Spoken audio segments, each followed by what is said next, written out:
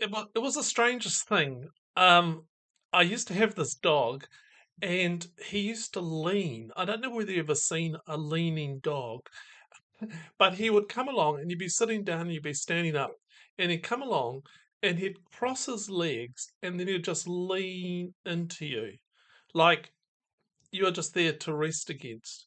And he'd be just quite happy there, just leaning against you. And he was actually, it wasn't a small dog, he was quite a big dog. So if you didn't know what was happening, you could really feel the weight of his bigness pushing you over.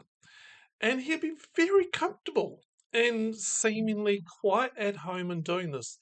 And I think in this behavior that he was showing, he was saying, I trust you, that he felt safe and at home. And they just liked, yeah, just being comfortable, leaning into us. And I think probably that happened because we'd got him from the pound as a puppy. And I think he had been mistreated. But over time, with love and consistent care and cuddles and pets and all that sort of thing, he felt safe enough to lean into us. It was like there was a providence, a word you're going to hear a lot of, a providence that we had extended towards him, and he had responded. And I love that picture, leaning into a safe and reliable place. It's a kind of a deep knowing that everything is going to be okay because of the reliability of what you're leaning into. And another picture of this leaning into is of when someone who is maybe disabled, can't walk, maybe because of age, or they've got health issues with legs and all these sort of things, and they need the help of someone else, someone they can lean into.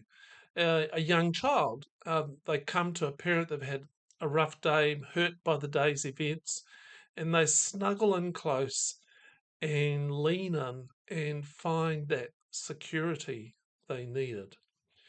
Um, the a word the word providence is not a very common word in our everyday language, and I came across it when I listened to the biography of William Wilberforce by William Hague, and this word providence just kept coming up over and over and over again. And here's a couple of quotes from the book. And this first one is by someone called John Thornton, who gave advice to William Wilberforce. And if you don't know who William Wilberforce is, he was incredibly instrumental in the abolition of the slave trade. So um, here's a quote: "As in nature, so in grace, what comes very quickly forward rarely abides long. Those who believe must not make haste, but be content to go God's pace and watch the leadings of His providence." And here's another quote, which I think is from the book, from William Hague. And so he says this: "What were evangelicalism's defining attributes as now adopted by Wilberforce? One was certainly a belief in the all encompassing belief in the role of providence. God's hand could be detected in events great and small. It was providence, he, William Wilberforce, believed, that enabled him to win his seat in Parliament by methods later he found unacceptable, thus launching him on a political life when an earlier conversion would have kept him away from it." That's an interesting line. "If he escaped without injury from accident, as he did when the linchpin on his coach fell out and he saw Providence at work. When Napoleon dominated Europe, Wilberforce considered him manifestly an instrument in the hands of Providence, and when God is done with him, he will probably show how easily he can get rid of him." That anything would happen entirely accidentally was now alien to Wilberforce's thinking. How I abhor the word fortunate, as if anything happens by chance. One of the interesting things that I find when I'm talking to people is how they view God. And a little story that I give people is I talk to them about a diamond, particularly a diamond that's been cut by a jeweler. And the jeweler takes this rough piece of rock, looks like glass, and they cut edges, facets into the rock, very sharp and very crisp and very clear. And these are called facets. And when a light beam comes and hits the diamond, you think of a diamond ring or a diamond, necklace, the light bounces off and shatters everywhere into spectrums of color. And when I'm listening to people, I want to know, what is God like to them? How is their understanding of God being formed? And if I ask them, if they were to look at a cut diamond, what would be the focus? What would be the facet that they would be focused in on for the most part? And often that facet is a facet of God as being a facet of justice and consequence. But what about if God was a full diamond, lots and millions of facets? What about the facet of grace? If they just focused in on that particular facet time and time again, over and over again, what would it look like? What would happen in their lives? What would happen to them if they looked at one of the facets called mercy? Another facet called compassion. The whole of the diamond, of course, is God. The whole of the diamond is made up of love, pure love. And every action of God is built out of love, and every spectrum light burst flows through God. And it's a rainbow promised of love, like in Genesis. But I would like to, in the series that I'm sort of introducing, is to lean into or lean up against the diamond facet of wall of Providence. Spend some time there and feel the face. Where would this take me, I wonder, if I just took my focus completely into this particular facet of what God is like? What new spectrums of light would burst out from this focus? So here's a little challenge I'd like you to do. Over the next 40 days, all right, for the next 40 days, I want you in the evening before you go to bed, spend a little bit of time with your journal and journal 10 ways in which God has provided for you during the day. Now, this is not a thank you list. We write, thank you, God, for this, this, this, this. No, no, no. It's different than that. It's not a count your blessings list. Again, this is something different. I want you to write this sentence.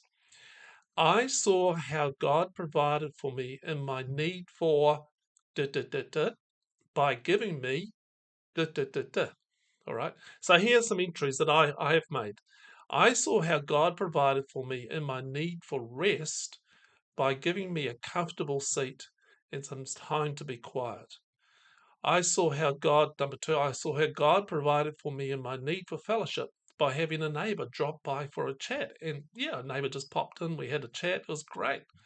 Number three, I saw how God provided for me in my need for work by a new client contacting me. And I'd encourage you to create a list of 10, because to create a list of 10, it will push you a little bit to think of maybe the less obvious, but the still very significant providences that you've experienced. So here's 8, 9, and 10. Then I'll tell you 11th that just happened for me. I saw how God provided for me in my need for nutrition by giving me vegetables for dinner. Simple, isn't it? But often overlooked. Number 9, I saw how God provided for me in my sleep by giving me a comfortable bed. Number 10, I saw how God provided for me in my need for learning by giving me turning the page to read. A little self-promotion there, but just playing around with these things. The 11th one is I saw how God provided for me in my need to get a little piece of machinery fixed by giving me a friend called Steve who lives nearby, and he got all the welding tools, and he just said, "Oh yeah, bring it around here," and he did it. I saw how God provided for me, and I'm like, "Wow, thank you, God." So it's an exercise, and I'd like you to do it for 40 days consistently if you can, and then take note of how you're starting to See the world, see how God provides. It is training the brain. It is training the neurons in the brain to actually look at things a little bit differently. So I've written a poem. It says this. It's called I Lean Into. I lean, I lean into, I lean into a safe and secure place, and there I find Providence grace. I lean into Ancient of Days, secure Providence, known in all my ways. You bid me come, see what I can do. Lean into my heart, there is a Providence for you. Self made man, I want to be, but anxiety and fear haunt the child in me. I come back, old ways have taken me away. I lean into, help me never to stray. I lean into, I find a me shape nook in this rock of providence, living waters, gentle brook. Hey, if you found this really helpful, I always really like to hear comments from people who watch, read, or listen to my content. Leave a comment somewhere, email me, barry@turningthepage.co.nz. It really does encourage me just to keep on putting this stuff out. Also, I've recently released a new ebook, audio book called, wait for it, it's called Parasite, Pearls and Pigs. And it's based off the series that I've just finished. And if you want to get a copy, there'll be a link in the show notes. Hey, until then, till I hear from you next, lean into, what are you leaning into? I want you to lean into Providence. Okay, bye.